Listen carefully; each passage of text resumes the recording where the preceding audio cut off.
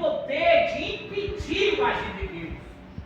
Nenhum homem na face da terra, ele tem o poder de atrapalhar o agir de Deus. O povo aqui estava sem cultuar verdadeiramente ao Senhor. E por isso Deus agora olha para este homem chamado Ezequias e vai lhe dar uma incumbência. Ezequias, tu precisa agora restabelecer o verdadeiro culto a mim. Tu precisa agora fazer o quê? Tu vai trazer os sacerdotes, tu vai chamar os levitas, que esses vão se ajuntar. E você vai dar uma ordenância para eles. E a ordenança é que eles venham se santificar. E que eles se santifiquem. E não esqueça também de santificar a casa do Deus de vossos pais. Mas não é só se santificar e santificar a casa do Senhor. Vocês agora vão ter que fazer o quê? Tirar do santuário todas as imundícias. Vocês terão que fazer um limpa, para que assim venha a ser restabelecido o verdadeiro culto do Senhor. Há um problema no século XXI sobre muitos líderes. Estão copiando muitos cultos. Estão copiando muitos temas que fizeram de outro lugar. E o que Cristo quer aqui é que homens de Deus e mulheres de Deus não venham copiar, mas venham ser direcionados pelo Senhor. Venham buscar direcionamento em Cristo, porque os cultos eles não podem ser copiados. Na igreja de fulano deu certo, esse tema deu certo para a festa de ciclano. Não, o que Deus quer é que todo o trabalho para Ele venha ser restabelecido. Um foco de quê, pastor? Um foco de um verdadeiro culto a Ele. E se Ele é o dono do culto, Ele é o dono da festa. E se Ele é o dono da festa, Ele direciona tudo o que Ele quer. Uma certa feita, quando nós abrimos em 2 Reis, nós pegamos no capítulo 16, do verso 10 e o 15.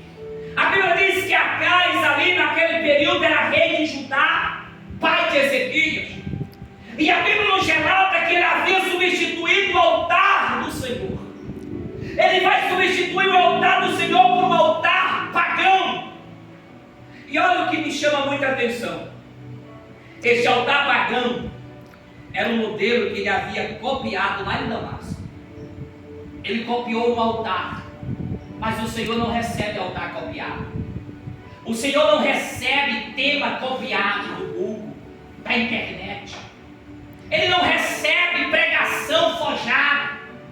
Ele não recebe adoração meia boca, não. O que Cristo quer é um culto verdadeiro. Que Ele venha ser o centro. Que Ele venha ser dado a Ele, tributado a Ele toda a glória e majestade que só Ele é digno. O problema é que é mais fácil copiar. Porque o copiar é um caminho mais fácil. Não precisa descer na oração, não precisa jejuar, não precisa se consagrar, não precisa fazer campanha, não precisa estar num feriado como esse, para buscar direcionamento do Senhor, para que Ele venha tomar a direção da igreja e de quem está cultuando ao Senhor. Copiar é mais fácil nos dias de hoje. Para muitos aí é ganhar tempo, mas para o Senhor é perder tempo com sacrifícios em vão. Para muitos aí é facilidade, mas o evangelho deste Jesus aqui, que levanta um homem chamado Ezequias para reabrir as portas da casa do Senhor e restabelecer o verdadeiro culto a Ele, este evangelho aqui não é de facilidade. Este evangelho aqui é de busca, de renúncia, é de entrega, de esforço. Entenda, meus amados irmãos, que aqui em 2 Crônicas 29, 2 e 3, nós vemos que Ezequias fez o que era reto perante ao Senhor. E no primeiro ano, a Bíblia diz que no seu primeiro ano do seu reinado, conseguiu abrir novamente as portas do Senhor, da casa do Senhor, e as reparou cada uma delas. Será que nós temos feito isso como devemos fazer? Será que nós, ministros da palavra do Senhor, nós temos buscado verdadeiramente ser direcionado numa palavra dele, direcionada para nós entregar ao seu rebanho? Ou será que é mais fácil nós repetir uma mensagem que nós já sabemos pregar? Será que é mais fácil nós colocar os temas mais maravilhosos que o povo vão aceitar melhor? Será que é melhor nós colocar os cultos que os irmãos gostam? Entenda uma lição acerca desta palavra, irmãos. O culto ele jamais vai ser para o homem. O culto jamais vai ser para a mulher. O culto é para o Senhor. Aleluia. O culto é para Ele. Então dele vem as providências necessárias para que o culto ocorra como Ele quer. Esse copiar de trabalhos, de festas, esse copiar de temas, de trabalhos e tudo mais por aí, ele está trazendo glória para o homem e não está trazendo a glória devida para Deus. É por isso, irmãos, que nós vamos ver agora no versículo 5 de 2 Crônicas 29, que a Escritura afirma que Ezequias, ele santificou a casa do Senhor e ele entendeu que havia uma necessidade: tirar todas as imundícias do santuário. Peraí, eu santifiquei a casa, e o que esses utensílios, essas imundícias faz aqui? O que isso faz aqui na casa do meu Deus? A Bíblia diz que ele vai fazer um limpa. E aqui, irmão, nós temos diversas formas a interpretar a este texto. Cultuar ao Senhor, irmãos, verdadeiramente é restabelecer a Ele o verdadeiro culto. É entregar-se a Ele com disposição, com alegria, com o coração não dividido, não com uma adoração forjada, não, mas uma adoração verdadeira, um coração aquebrantado diante da presença dele. Entenda que a palavra de Deus afirma que Ezequias, ele vai restaurar a verdadeira adoração na casa do Senhor. Olha que privilégio para este homem. A Bíblia menciona que a Bíblia diz que através dele, a palavra de Deus afirma que através dele, Ezequias vai restaurar a verdadeira adoração na casa do Senhor. E essa missão está sobre mim e sobre você todo santo dia, quando nós estamos na casa do Senhor. Todo dia é dia de restabelecer o verdadeiro culto ao Senhor. Entenda, irmãos, que assim como o povo de Deus sob a antiga aliança, eles necessitavam constantemente renovação espiritual para continuarem a caminhar com Cristo. Não é diferente, irmãos, a este povo da nova aliança. Nós devemos, meus amados irmãos, incessantemente buscar pela face do Senhor e pelo renovo espiritual a cada dia. Quem não busca renovo espiritual está sujeito a copiar e a seguir aquilo que Deus não direcionou. Porque uma busca sincera, os céus falam conosco. Uma busca verdadeira, o céu abre as portas para conosco. Sabe o que Cristo quer? É que nós venhamos ter comunhão com Ele, que nós venhamos ter intimidade com Ele, que nós venhamos ter relacionamento com Ele, copiar trabalhos, fazer como fulano fez e não seguir o direcionamento de Cristo, descer a presença porque Ele pode direcionar, irmãos, não é outra coisa do que falta de relacionamento com Deus. Mas o porquê de muitos buscam desta forma, agir deste jeito, é porque o relacionamento ele exige primeiro uma renúncia própria. O relacionamento ele exige uma renúncia minha. O relacionamento exige um quebrar em mim. O relacionamento com Cristo ele exige que eu venha me colocar numa posição de dependência de ser transformado por Ele. Agora, quando nós buscamos caminhos fáceis para andar, Nós vamos até encontrar, irmãos, mas não é o caminho deste evangelho que Deus quer para nós. Não é a proposta deste evangelho para nós. A proposta bem definida deste evangelho não é a facilidade para a igreja do Senhor. O salmista Davi era muito claro em suas orações, que quando ele tinha a oportunidade, ele pedia para que o Senhor viesse preparar o seu coração, para que ele pudesse obedecer a sua palavra. Às vezes nós oramos por tantas coisas, irmãos. Nós oramos por tantas coisas, esquecendo de fazer uma oração tão óbvia e simples. Senhor, me ajuda a te obedecer.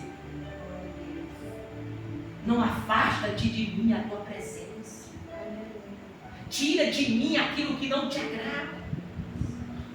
Faz um limpa no meu coração as angústias, as vaidades, os desejos, os rancores, as mágoas. Tira de mim aquilo que não te serve e acrescenta em mim aquilo que está proposto para mim. Até mesmo na nossa oração, irmãos, nós precisamos ter sabedoria para pedir de Cristo apenas aquilo que nos convém receber, apenas aquilo que nos convém saber, porque há um perigo quando nós sabemos demais, quando nós recebemos demais além daquilo que é permitido receber. Estamos sujeitos a não suportar, estamos sujeitos a fraquejar em algum momento por falta de raízes, de alicerce, de força. Por isso, irmãos, que nós possamos nos abster daquilo que não nos convém e buscar apenas aquilo que convém da parte do Senhor para nós. Para todas as coisas há um tempo determinado, debaixo dos propósitos do próprio Cristo que nos formou. Há tempo para tudo. E enquanto o tempo daquilo que nós queremos, almejamos, o tempo é de restabelecer um culto verdadeiro ao Senhor, uma adoração verdadeira ao Senhor, uma entrega verdadeira ao Senhor. Quantas das vezes nós vemos muitos irmãos que adentram dentro do templo apenas com um corpo físico, apenas com um corpo para alcançar as cadeiras. Mas adoração, irmão, é corpo, alma e espírito. Não tem como adorar isso separadamente. Não tem como deixar a alma e o espírito em outro lugar e vir só com o corpo. É preciso ter um equilíbrio suficiente para que quando se trata de cultuar ao Senhor, nós venhamos estar 100% servindo a Ele. E os problemas, e as angústias, e as dificuldades, tu vai carregar ela, irmão, até Jesus voltar. Tira esse negócio, essa maionese da cabeça. Quem sou eu, quem é você perante a Paulo? Quem somos nós perante ao pedido de Paulo? E Cristo não realizou. Se Ele tirar esses problemas, irmãos, alguns Ele vai tirar no tempo dele, alguns Ele vai resolver no tempo dele, alguns Ele vai te dar estratégia para você mesmo aprender a lidar com eles. Mas nós sempre teremos desafios a se enfrentar. Nós sempre teremos de ter estratégia dos céus para vencer esses problemas. Não é tirar o problema, é aprender a vencer o problema. Quando nós não aprendemos a ter estratégia no céu para vencer o problema, aquele problema vai ser um fantasma, uma sombra todo o tempo. Por quê? Porque nós não sabemos lidar com ele. Todas as vezes que ele vem, ele nos tira do nosso foco. Mas quando nós aprendemos a ter estratégia no Senhor, sermos alicerciados no Espírito Santo da verdade, sermos conduzidos por Ele, a gente aprende a lidar com o problema e a solucioná-lo para a glória de Deus. Vai vir outro problema inédito. Mas aquele, se ele vir, você já sabe o que fazer. Você já sabe como solucionar. Então ele não será mais uma ferramenta para o diabo te atacar. Ele não será mais uma ferramenta para o inimigo tentar tirar o teu foco. Por quê? Porque você aprendeu que aquele problema não é maior do que o Deus que você serve. Você aprendeu que aquela situação, ela não é maior e muito menos pode tirar o teu tempo devido de cultuar ao Senhor de uma maneira verdadeira. Você já viu que esses dias o inimigo ele tem lutado severamente para que o povo não cultue ao Senhor, para que o povo fique numa maionese aí dizendo que eu estou orando em casa, eu estou lendo a Bíblia em casa. Se não fosse assim, o próprio Cristo não andava pelas sinagogas pregando este Evangelho. Se fosse assim, Cristo tinha uma casa, ele tinha ficado sobre ela orando e pregando a palavra. Ele saía, ele andava pregando pelos lugares específicos que reunia os povos para ouvir a sua palavra. Não é diferente, irmão, nós somos privilegiados. Nós somos privilegiados. Esses dias eu acompanhando um missionário numa missão, não era de levar e pregar a palavra, uma missão de conseguir entrar com Bíblias no Afeganistão, uma missão que custaria a sua própria vida, para levar apenas a Bíblia, para que o povo viesse abrir a Bíblia e se alimentar do pão vivo. A missão dele não era ir pregar o Evangelho, não. A missão dele era apenas entrar naquele país com uma caixa com Bíblia e entregar para um povo que daria tudo para ter uma Bíblia que nós temos. Um povo que daria a maior item valioso que eles têm para ser trocado por uma Bíblia sagrada para eles terem nas mãos deles. E às vezes nós estamos aí com as nossas Bíblias bonitas, bem coloridas, bem encapadas, maravilosas, com letras visíveis, um escolhe letra grande, outro letra pequena, um escolhe os textos com esboços, pregações completas. Hoje tem uma variedade, e aquele povo não está buscando nenhuma variedade, ele só está buscando ouvir a palavra do Senhor por intermédio da Bíblia Sagrada. E eu vendo aquele homem arriscando a sua própria vida para conseguir, irmãos, entrar em um lugar que não se está mais permitindo entrar com a palavra do Senhor. Mas tem uma coisa interessante que muito me chama a atenção, que por causa dessa situação, o povo se tornou sedento da palavra. Este país um dia se tornará sedento da palavra. Não tenha dúvida. Eu não sei o tempo, porque Deus dificilmente ele revela tempo para o homem. Deus já mostra, revela, Deus alerta, mas o tempo é dele, o dia é dele, a hora é dele. Mas a palavra nos afirma, irmãos, que tudo se encaminha para que os lugares que têm liberdade para cultuar ao Senhor venham ter novos tempos de escassez, novos tempos de perseguições, novos tempos aonde os verdadeiros vão ter de fato de se manifestar como aprovados. É muito simples hoje se manifestar como aprovado, enquanto não tem nenhum revólver, não tem uma arma, não tem uma metralhadora, não tem nada na sua cabeça para dizer negativo.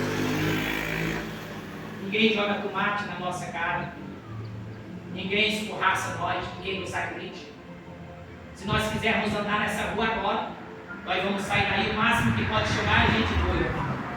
O máximo que alguém pode é bater uma porta antes da gente entrar ouvindo o barulho. Mas nós não somos batidos, nós não somos espancados por causa deste Evangelho. O problema é que o cristão acha que é perseguido. Nós ainda não somos perseguidos, irmãos. Essa aqui não é perseguição. Você tem liberdade, se você pode estar em qualquer lugar no supermercado, você abaixa a hora, você glorifica o nome do Senhor e ninguém vai ali te bater. Aí tem muitos que já estão dizendo: eu estou sendo perseguido. Nós somos perseguidos por nós mesmos, pelas nossas limitações, pelas nossas covardias. Quando é para fazer aquilo que Deus mandou fazer e a gente não faz. Quando a gente tem que evoluir, quando é para evoluir, a gente não evolui. Quando a gente é mandado pela palavra para parar de fazer algo, a gente continua fazendo. A nossa luta não é contra essas pessoas aqui. A nossa luta já tem um denominador proposto, um único inimigo. São as protestadas. São esses os nossos inimigos. Todas as vezes que Deus começa a chacoalhar um pouco, trazer um pouco de sofrimento, que é pouco, todo o sofrimento que Deus proposto na face da terra ainda assim não é o suficiente do sofrimento que está proposto na morte eterna no inferno. Tudo que Deus propôs sobre a terra ainda não é o suficiente, o sofrimento que está proposto. Aonde nem mesmo quem pedir a morte será concedido a morte. Aonde nem mesmo quem pedir a morte será dado a morte. Isso é sofrimento, igreja. Aonde o fogo não se apaga. Aonde, irmãos, o sofrimento é eterno. Na medida que pecaram, serão atormentados eternamente pelos pecados cometidos, pelas práticas delituosas sobre a face da terra. E ainda assim, quando Deus permite sofrimento sobre a face da terra, não é para o sofrimento da humanidade, é para que a humanidade venha se voltar para Ele. Foi preciso uma Covid-19 para o povo entender o real significado verdadeiro de cultuar ao Senhor. Foi preciso uma Covid-19 para entender o quanto é valoroso uma família se reunir ao redor de uma mesa para orar. Foi preciso uma Covid-19 para que uma família entenda o papel fundamental que o pai e a mãe têm na boa educação e os ensinamentos do caminho da verdade na vida dos seus filhos. Foi preciso uma Covid-19 o povo parar de assistir jogo do Flamengo na hora do jogo e ele orar ao Senhor. Foi preciso uma Covid-19 para deixar horas e mais horas na frente de Netflix assistindo filmes carnais, para poder ter tempo para comer e se alimentar do pão que sacia a alma. Foi necessário uma Covid-19 para começar a ligar para a mãe e pedir perdão. Foi necessário uma Covid-19 para começar a ligar para alguém que estava intrigado e começar a pedir perdão. Vem aí um novo tempo proposto para se lembrarem de novo e que o sofrimento que enfrentamos não foi nada diante ao que Deus está proposto a fazer. Vamos voltar ao culto verdadeiro. As manhãs vão começar a ter manhã de adoração dentro de casa de novo. As tardes vão ser tardes, não é só de tomar café e jogar papo fora. As tardes vão voltar, as tardes de louvor dentro de casa de novo. Aleluia! As madrugadas vão voltar novamente a ser madrugadas buscando o Senhor na oração. As noites acolorosas debaixo de um cobertor, debaixo de um conforto, debaixo de uma mordomia, serão substituídos pelo choro, pelas lamentações, pelas perdas, porque enquanto tinha fogo, liberdade para cultuar verdadeiramente, não cultuavam. Está vindo um tempo aí proposto, onde a igreja vai sair às ruas, a igreja vai voltar a ter amor para o evangelismo, a igreja vai voltar ao amor de cuidar das vidas que estão ali aprisionadas pelo inimigo das nossas almas, querendo fazer isso para chamar a atenção do Senhor que está trabalhando. Mas eu quero dizer que quem no meio do sofrimento se levanta só naquelas horas não existe.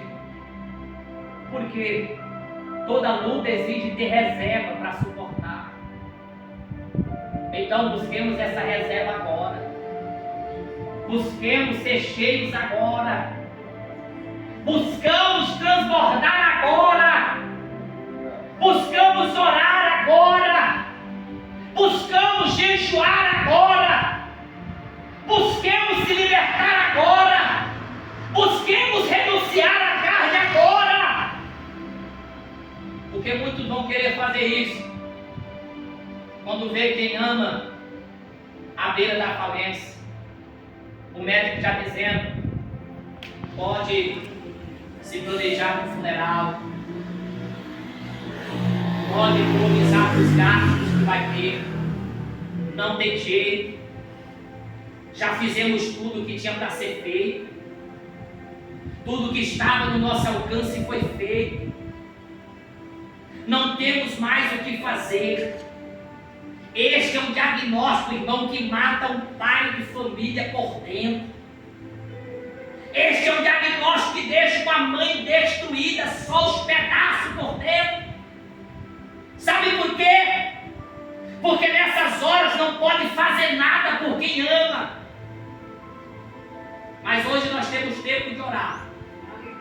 Hoje nós temos tempo de convidar o anjo para identificar os nossos lares, para trazer proteção à nossa casa, para trazer blindagem dos céus aos nossos lares. Hoje nós temos a oportunidade de nos revestir na armadura. Nós temos a oportunidade de nos revestir de Deus. Para quê, pastor? Você já percebeu que todas as vezes que a humanidade é acometida de medo, de pânico, de pavor, Deus levanta sempre alguém equilibrado no meio dele para trazer controle, para trazer uma palavra amiga. Escute, se você é servo de Deus verdadeiro, você será esse escolhido no meio dos teus, no meio da tua casa, no meio da tua família.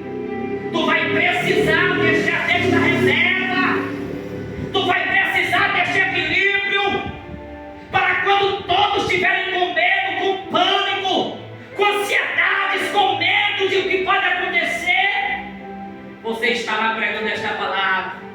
Jesus está no controle de tudo. Jesus está no barco. Jesus vai dar escape. Jesus vai dar vitória. Mas isso não é para qualquer um, irmãos.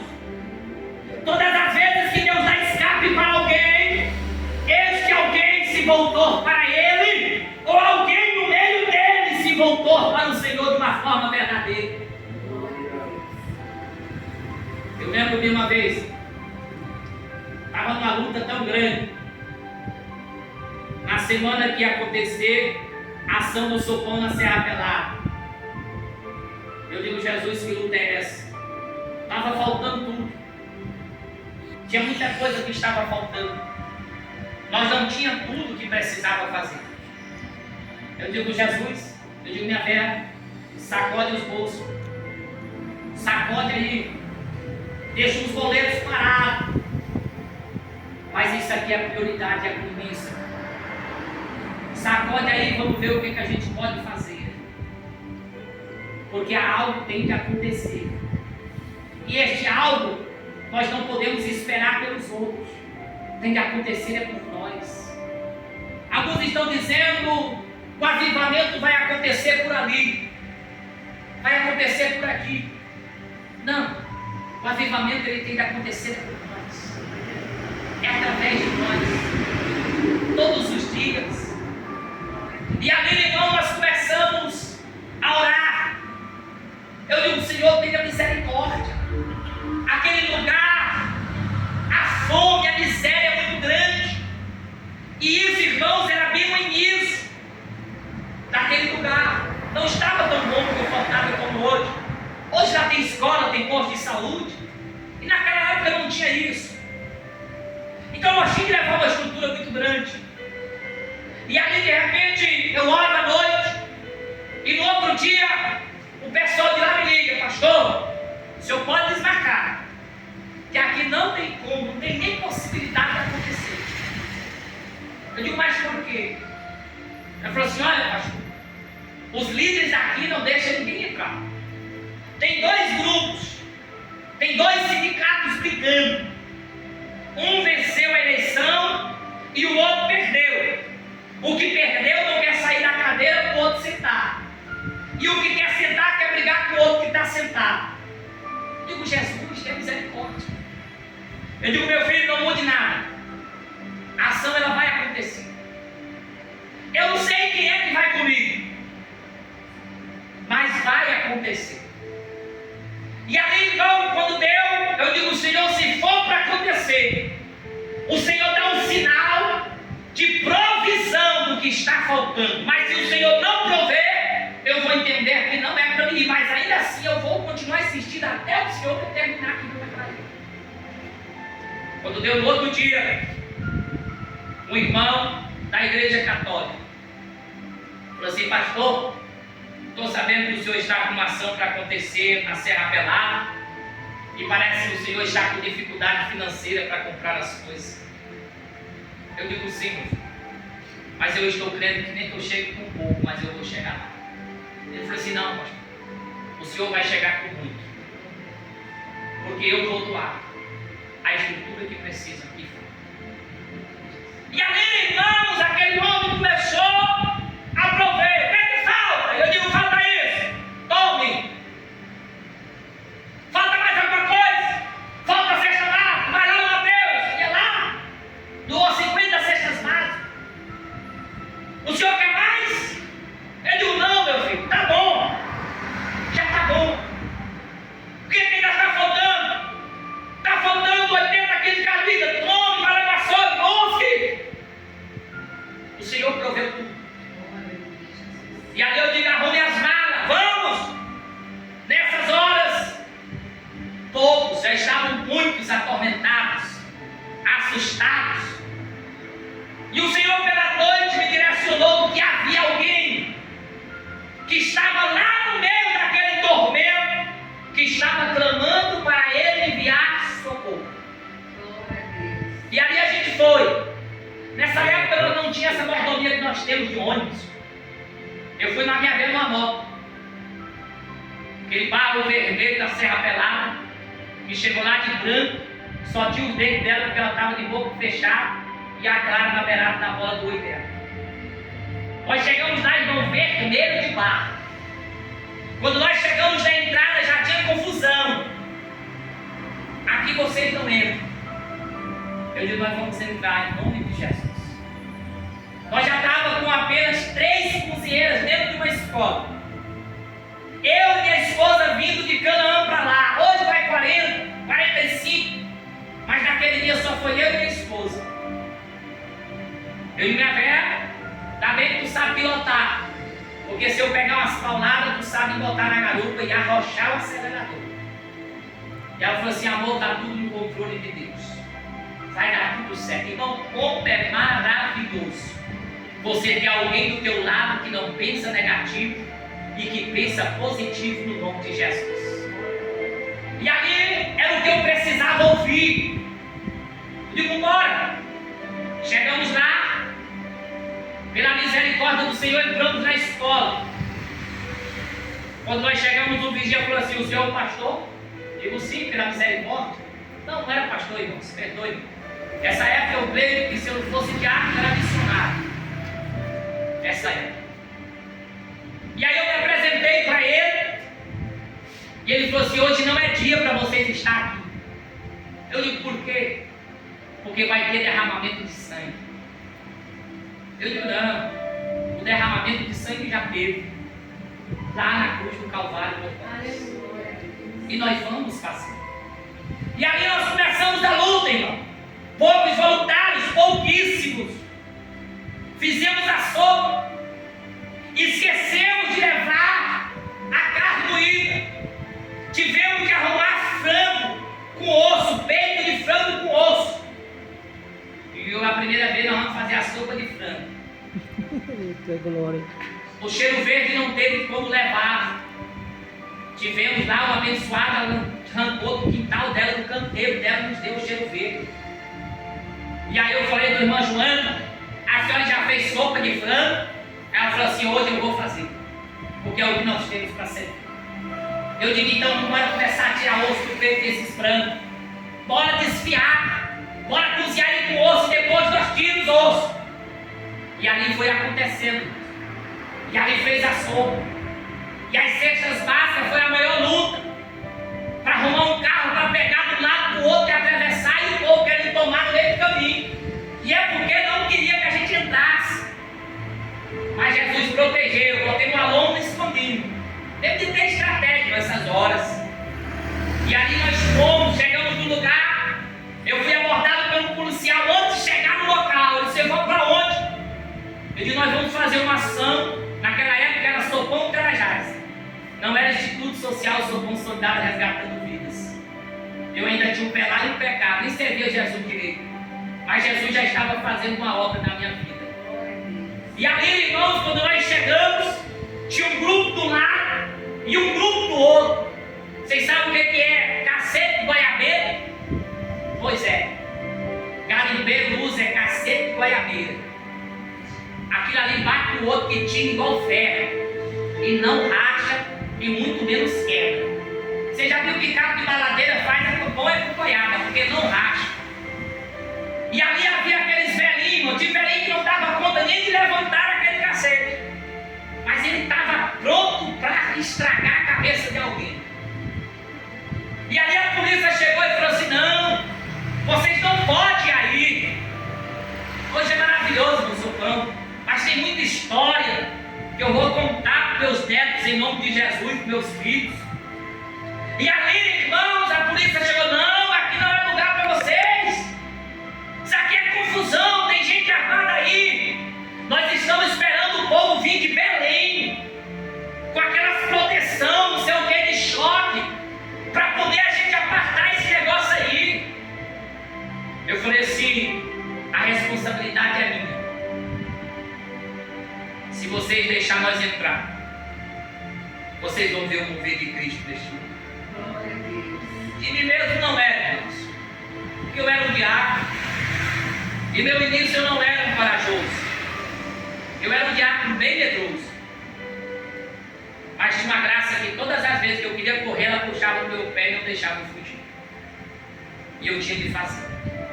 E ali eu lembro que o policial falou assim, olha, a responsabilidade é sua, nós vamos se afastar e vocês vão avançar, mas nós vamos ainda botar alguém do lado de vocês. Eu digo, não precisa, não precisa. O diácono Denilson nessa época, ele cantava com dupla com o rapaz. Denilson ele só louvava, ele não pregava. Denilson não tinha o que ele tem hoje como pregar, ele só louvava, e para ele, na mente dele, era só louvar. Quando Jesus deu aquele menino ainda para os nossos cuidados, a primeira coisa que eu falei, eu digo, tu não vai só louvar não, bonito. Não pode tirar isso da tua cabeça.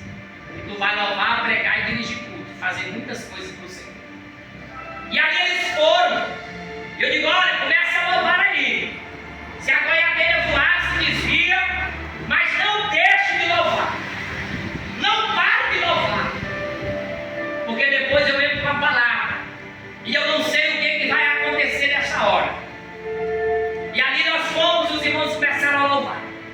Botei uma cadeirinha, botemos uma moça, a única enfermeira que apareceu corajosa para ferir a pressão do povo que estava com suas pressões totalmente desequilibradas. Não tinha ninguém lá com pressão normal. Todo mundo enfurecido, zangado. Minha filha, quando eu olhei para ela, minha filha, tu tem certeza que tu quer ferir pressão desse povo? Ela falou assim, pastor, o senhor desde o início está nos ensinando a ter coragem, e eu vou até o fim. Então minha filha, sente aqui. Você vai ferir de quem quer. E aí nós começamos a louvar, irmãos. Começamos a agradecer o nome do Senhor naquele lugar. De repente, aquele povo do lado começou-se a chegar. Começaram a se aproximar. E a polícia começou a se afastar mais. Porque mesmo assim eles ainda foram com os policiais dizendo eles que era para nos proteger. E ali eles começaram a se afastar. Eu lembro que quando minha esposa começou a louvar, algumas pessoas começaram a chorar. Algumas pessoas começaram a chorar disfarçadamente, como forma de muro, passando os olhos, só a mão assim, para não deixar as lágrimas rolar. Mas eu já vi o agir e o trabalhar do Senhor naquela hora.